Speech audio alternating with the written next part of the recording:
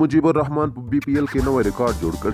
د بي پی ایل نننۍ لوبه چې د کومیلا واريرز او سیلټ ټانډرز لوبډلو ترمنځ ترسره شوه ډېره جالبه لوبه وه ځکه لوبه سوپر اوور ته لاړه او د کومیلا واريرز له لوري مجيب الرحمن او د سیلټ ټانډرز له لوري نوین الحق سوپر اورونه ترسره کړل چې مجيب الرحمن خپله لوبډله بریالۍ کړه او هم یې د غوره لوبغاړي جایزه ترلاسه کړه.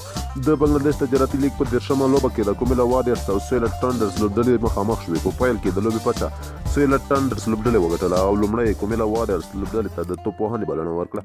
واريرز لوبډلې په ټاکلو 10 اورونو کې د 9 لوبغاړو په سوځېدو سره 140 منډې جوړې کړې چې له ډلې یې اوپل تانکرا 15 ماهد الاسلام انکو 19 ناسوځېدلي شبیر الرحمن 18 او ډیوډ ویس 15 منډې وکړې. همداراز مجيب الرحمن 3 منډې ترلاسه کړې.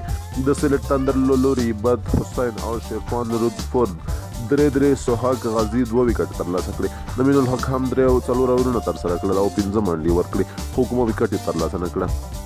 د 140 منډو هدف په تعقیب د سیلټ ټانډر لوبډلې هم په ټاکلو 10 اورونو کې د ټولو لوبغاړو په سوځېدو 140 منډې وکړې چې دواړو لوبډلو ترمنځ لوبه مساوي شوه.